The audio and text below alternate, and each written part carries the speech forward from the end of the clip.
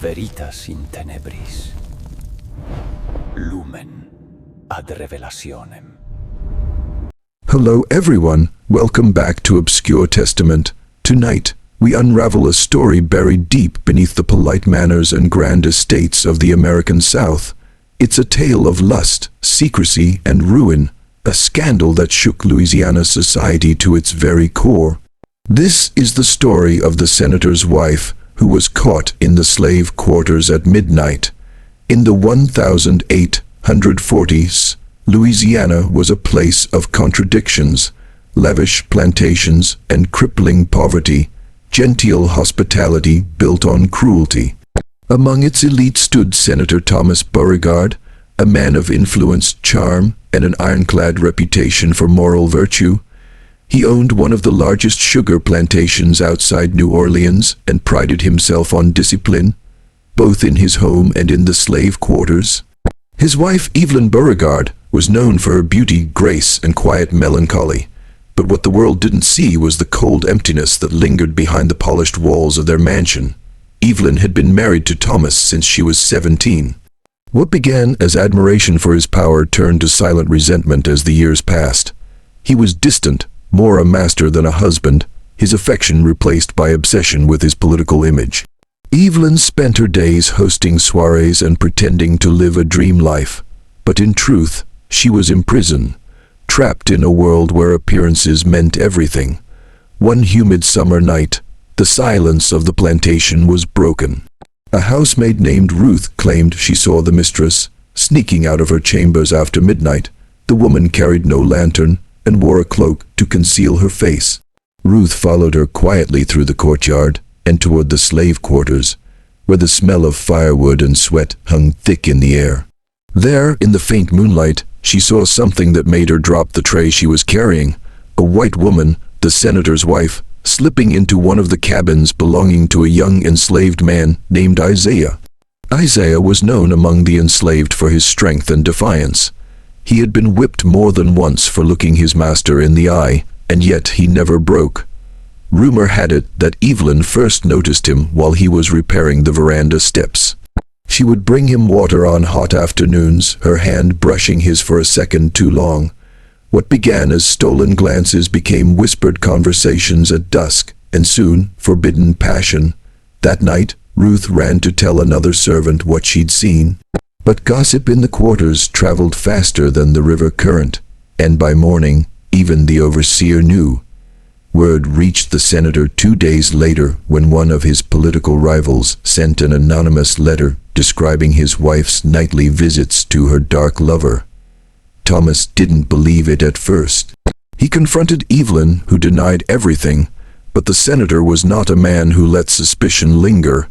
One evening, pretending to attend a meeting in town, he returned quietly to the plantation and hid near the slave quarters. Just past midnight, he saw her, his wife, walking barefoot through the dew-covered grass, a shawl wrapped tightly around her shoulders. She entered Isaiah's cabin. The senator waited only moments before storming inside. The scene that met him shattered his world, his wife in the arms of the man he owned. The silence was broken by Evelyn's scream. Thomas drew his pistol, his hands trembling with rage. Isaiah stood between them, pleading for her safety. But before another word could be spoken, a gunshot echoed through the night. When the slaves came running, they found Isaiah bleeding on the floor, the senator standing over him with smoke curling from the barrel. Evelyn was dragged back to the house, her white dress stained red. The next morning, Isaiah's body was hung from the magnolia tree at the edge of the property, a warning to all. The senator told the town that the man had tried to assault his wife, that he had caught him in the act. No one questioned the story, no one dared, but the truth has a way of haunting the living. Servants began whispering that Evelyn had lost her mind. She refused to leave her room, speaking only to herself. At night, some claimed to hear her wandering the halls, calling Isaiah's name. Others said she went to the magnolia tree and sat beneath it until dawn. Months later, Senator Beauregard's reputation began to crack. A few guests overheard Evelyn muttering in public dinners about the blood on his hands. Whispers spread among New Orleans society, and invitations to his political gatherings grew scarce. By the following year, his career had collapsed. One morning, the servants found Evelyn's room empty. The window was open, the nightgown she wore neatly folded on the bed.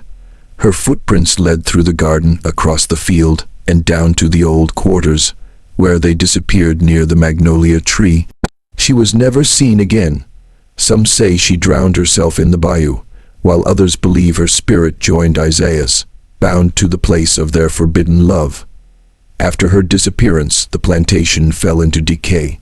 The senator became a recluse, his mind unraveling with each passing day. He was found dead in his study one stormy night, a pistol in his hand, the same weapon that had ended Isaiah's life. Locals say the magnolia tree still stands, its branches thick and gnarled. On humid nights, travelers claim to see a pale figure beneath it.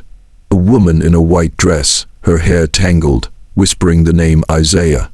Some even say that if you listen closely, you can hear the sound of two voices carried on the wind, one weeping, one calling out from beyond.